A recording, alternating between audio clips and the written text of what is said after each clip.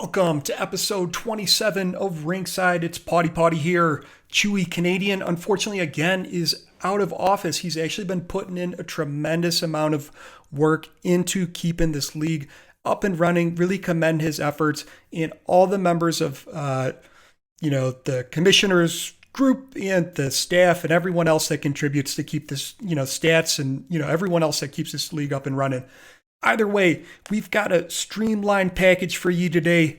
Starting off, we're going to recap what happened in the preseason games. We're going to do it in an innovative way, showcasing a clip from the game, most from the people that won it, but sometimes from the people that didn't for these plays of the week. But we're also going to tell you, who actually won the game. So, all right, so starting us off, we've got, GOHLS is coming down the ice. I think that was a pass from Denabola, but GOHLS earns himself an accolade with the game-winning goal. Las Vegas went in to win the game 1-0 against Copeland. All right, so Portman to O'Brien. Taylor kind of recovers, but then Lysander recovers and scores. Boston put up 4 points in this game against North Bay. All right, so Chess has the puck here. It gets somewhat like a deke or a pass or a slippage, but Constantine gets it back to Chess. Chess scores. That was the OT game winner. Moving on, we've got Wiersma to Panarin to Lemieux, and Lemieux sinks it in. Honolulu ended up winning this game 5-4. One more time for Lemieux with this goal. Nice. All right. So coming in next, we've got Letterman, who gives it to Slice, and then Darien has the puck. There's a battle against the boards. Darien then passes it to Optimus Klein with that huge one-time slapper that we'll definitely take a second look at. But just wanted to shout out there that this game went into OT. Jacksonville won 4, and Redwater put up 3. All right, and so we've got Lopez, who passes it to Garvey on the breakaway, and Garvey converts. Florence put up 4 points this game against San Diego, who put up 1 point. Next up, we've got Gillespie to Beamer, and Beamer puts in the OT winner. That was Alaska 2, Turku 1. All right, and we've got Knox passes it to Potty, and Potty sinks it with the wrister. Looks like the offseason progressions have been a good investment, and a fantastic performance by Miami, with a score of 7-6. This game went into overtime, and shout out to Tennessee for being like really strong opponent. So let's see, moving on, we've got our honorable mention of the day. This one goes out to, in a second, boom, Johnny Blades with the most explosive hit I think we've seen so far. This was a penalty. It was charging. Wanted to make sure that, that's called out, but that was crazy, to say the least. All right, so moving on. Do you play the actual game, NHL 23? Do you have an Xbox X or S? If so, we want you to join the EASHL team. It's called Scoring Goals. Now, I only made one poster, so it's only for defensemen, but we're looking to get people of all levels, certainly the people that are competitive and want to be a part of a community where we're applying ourselves towards this game. All positions, all levels, please contact me or Wild Bear Man to kind of get the ball rolling here. And what do we have also in store is a Rinkside Survey coming out. Really would appreciate your participation in this. This keeps our show innovative and adaptive basically making us agile to create the content that's most desired by the largest audience so we can connect as many people as possible here with the League of Goals and the greater community that is our lives. So be on the lookout for a survey. It's going to be hitting our Discord server. Now, we'll be moving on to a special with Joey Raab. All right, and we're here with our feature with Joey Raab. Joey, how you doing today? I'm doing great, Potty. How are you? I'm doing well myself. To our viewers, we have a something special that we haven't done in the past. We're here today to talk about addiction and support. Here to hear a real life story and the message I think we're hoping to transcend to our viewers and connect them with is that Goals is a community, and we're here to connect you with the resources you need to have a rich and incredible life. How does that sound to you? I'm all for it. I'm ready to share my story and hope that the Goals fam, even one person, if we can reach you, we're here for you. Absolutely. So let's start off. What kind of brings you here today to share your story? Um, for those of you that don't know, in Goals, I recently hit my 4 years of sobriety from alcohol. January 1st was my 4 years, so big milestone for me. Yeah, absolutely. Four years in, like, that's like a pretty long story. Where do you think is like the right place to begin? Um, Man, I don't know. I probably, I mean, turning 21 and, legally being able to drink and going to bars and, at the time I played in a band, so we were always, playing shows and getting drinks at the shows, and there was a bar next door, so we'd always be doing that. And I just felt like I was kind of always drinking. And it just kind of, along with mental health issues, it just kind of ended up spiraling out of control and got to be a bit of an issue. Big problem I had with drinking. And when did you kind of first realize you might have an addiction to alcohol? Um, Honestly, I don't think I I don't really think that I had that realization that I was addicted to alcohol even after I stopped drinking.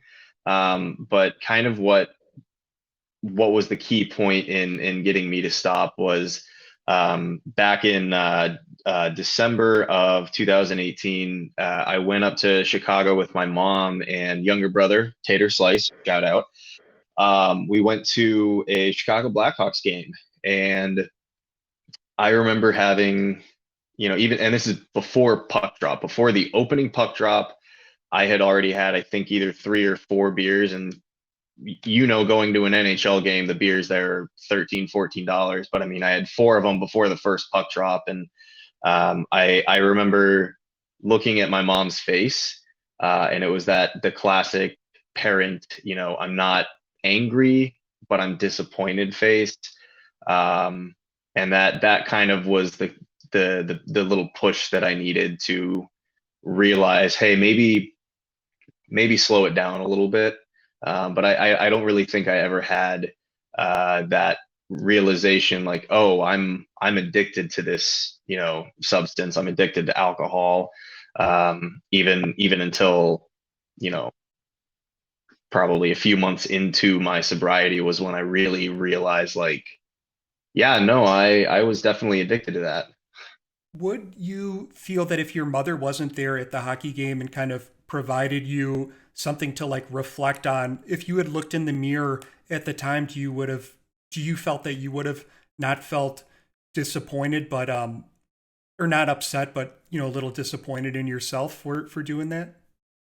Um, Honestly, no. I really don't think that I would have. It was, um, I had had days and nights where all I did was drink and never once, thought to myself, hey, you should really stop. You should slow down, look at yourself, kind of thing. I never really had that moment. So I think it really was, a blessing that it was my mom, to give me that look of, unfortunately, that look of just disappointment.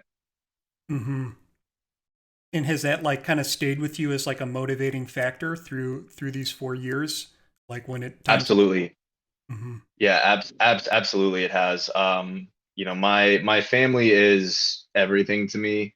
My dad's in California. My mom is here in Indianapolis with me. I've got family in the state, and to me, family is everything. And if I didn't have my mom or my brother at that game, uh, yeah, there's no telling what would have happened that night. There's no telling where I would be right now. Mm-hmm. It's those little moments in life that add up and really matter. Makes it a really meaningful existence. So I guess like, did you realize when was kind of the last time you had alcohol? Do you remember? Was it at that game?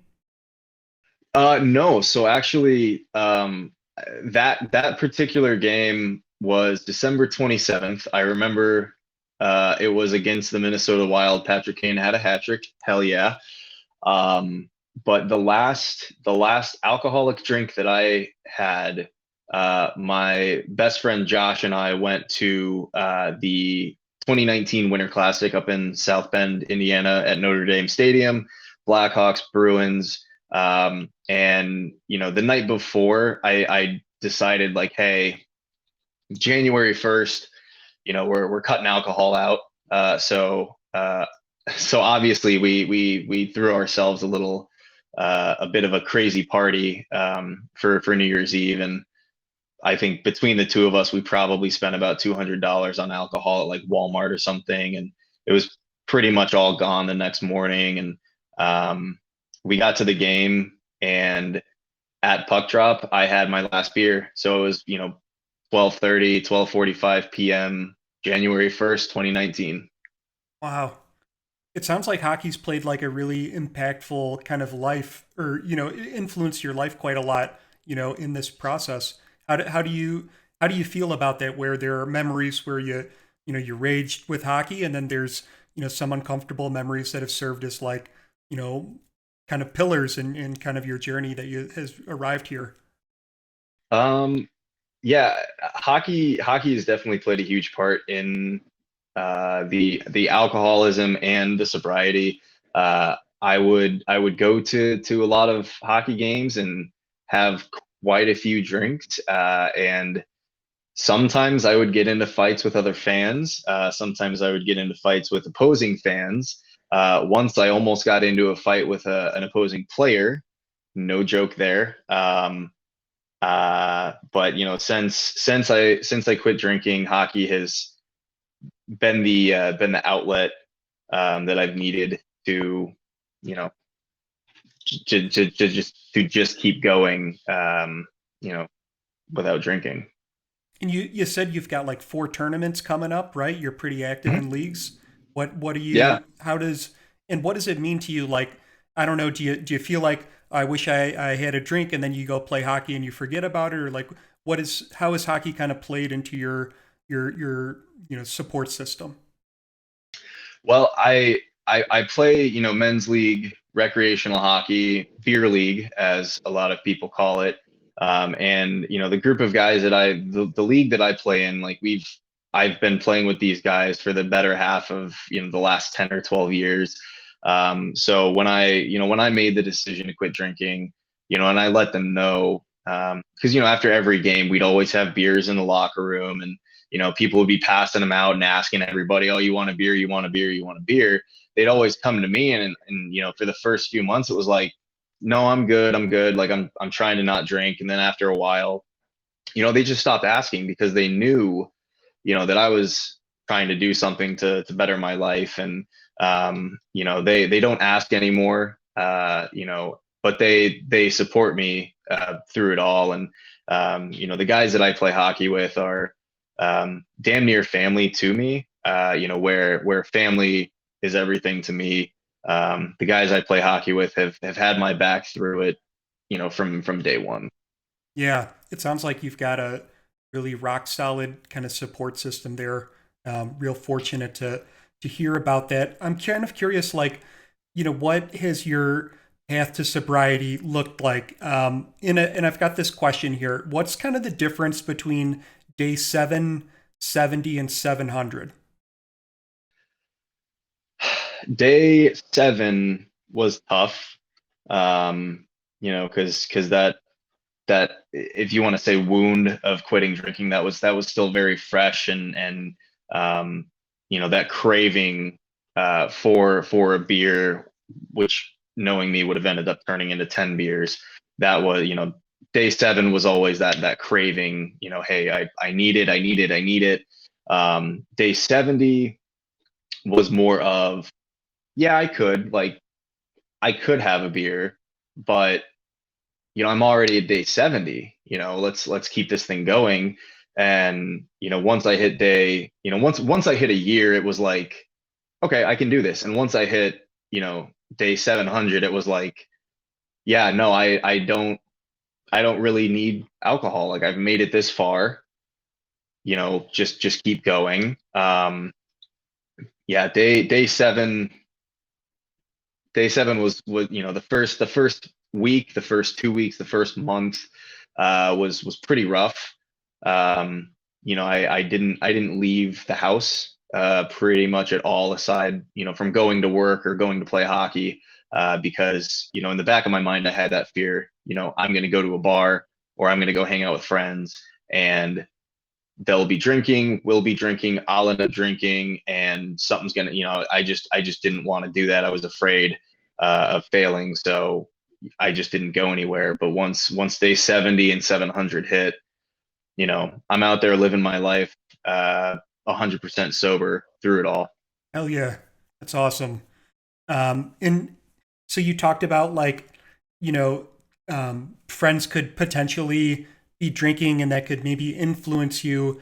How did you kind of balance relationships in regards to that? It sounded like, the hockey was an outlet and then you had the respect of the team to, not ask you if you wanted a beer or not. But it sounds like sometimes when you're, trying to achieve a goal, that friends can be sometimes an influence that could turn you in another direction. Do you feel like the relationships that you had with your friends kind of changed over the course of your sobriety?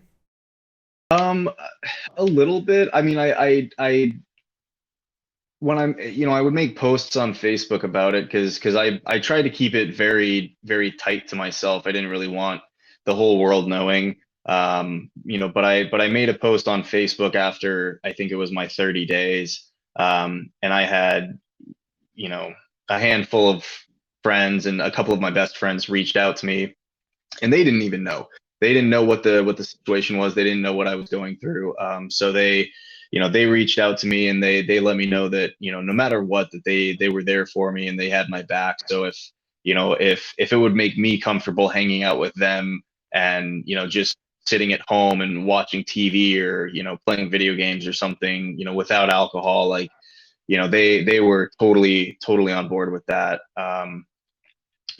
My friends put me ahead of their own wants and desires, which meant the absolute world to me. Hmm. Yeah, it sounds like you have some great friends.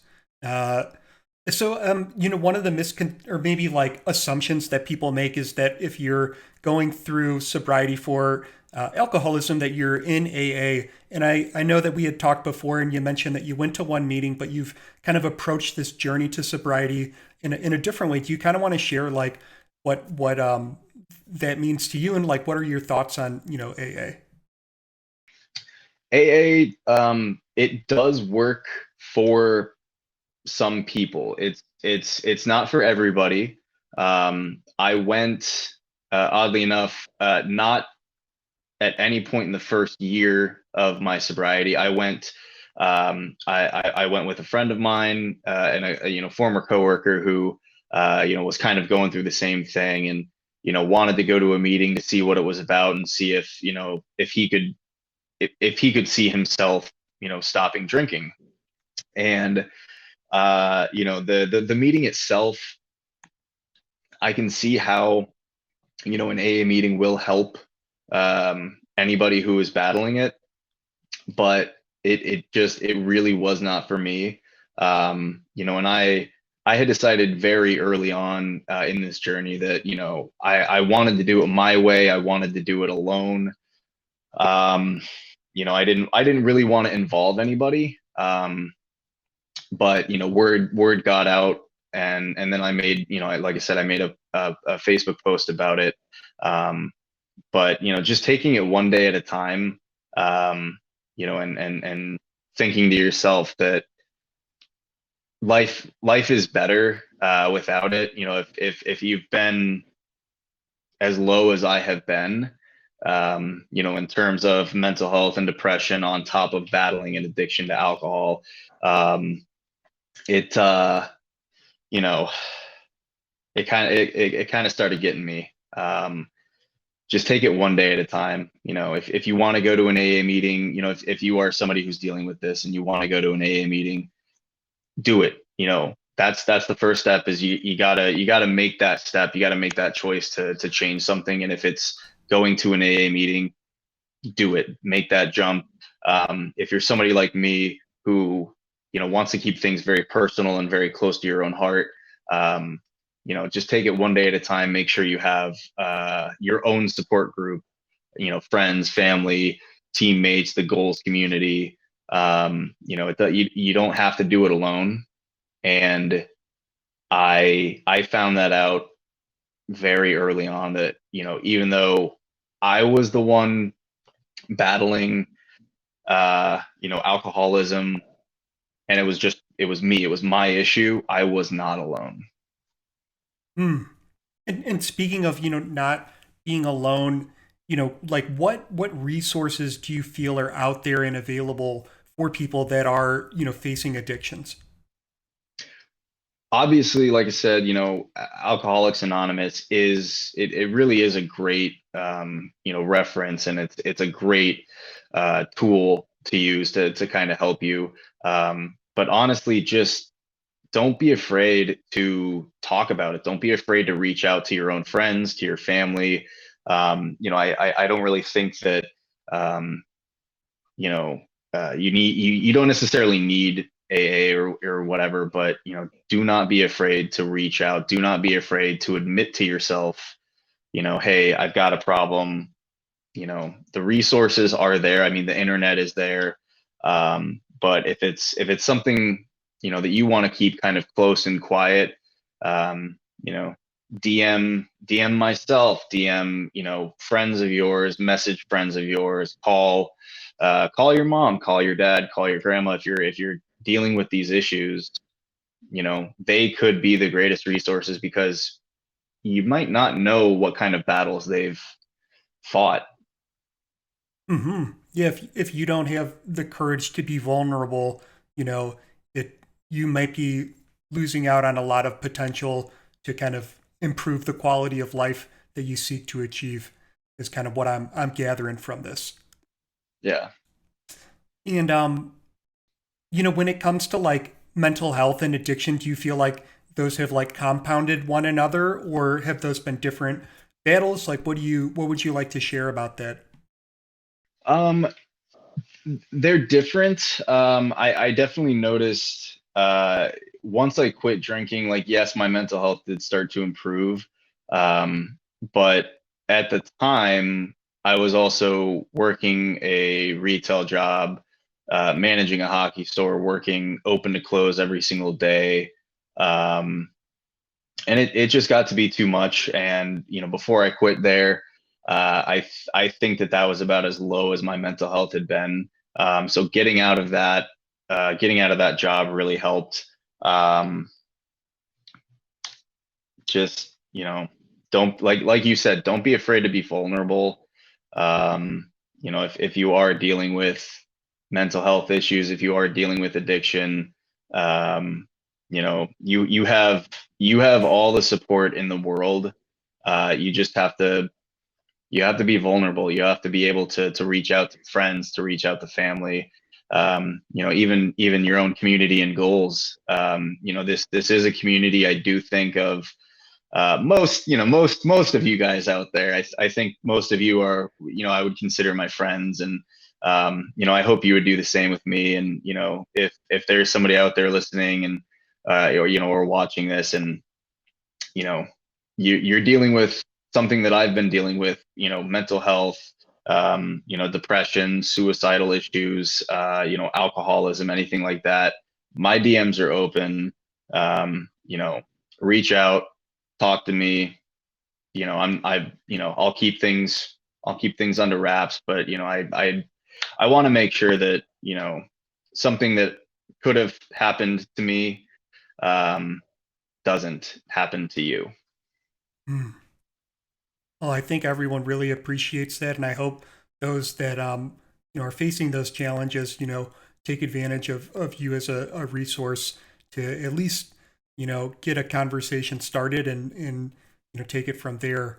I'm wondering if you have kind of any closing thoughts or kind of personal advice, for people that could be facing addiction, or maybe are concerned about a friend that could be facing addiction or mental health issues. Like what would you like to share and kind of close on? Um, Man, I don't know. I know, we've touched on it in the goals community before. But if things are going wrong in life, and you come back and you're saying, oh, well, sorry I had this going on. Real life always comes first. Your life always comes first. Um, if you're going through it, you know, you have support. You might not think you do, but you really do. If it's you, if it's a friend of yours that's dealing with these issues, no matter what, you are loved, you are cared for, you have support. And take it one day at a time. Never give up. Mm. Well, what fantastic, way to kind of close us out today, Joey. Really appreciate you hopping on, sharing your story, and hopefully for our viewers that this connects with at least one person. So, with that, we're going to close out our show. Appreciated you coming on, and look forward to doing some, rips with Raab in the future. Yes, thank you so much for allowing me to tell my story and spread the message. I very much appreciate it, Potty. My pleasure.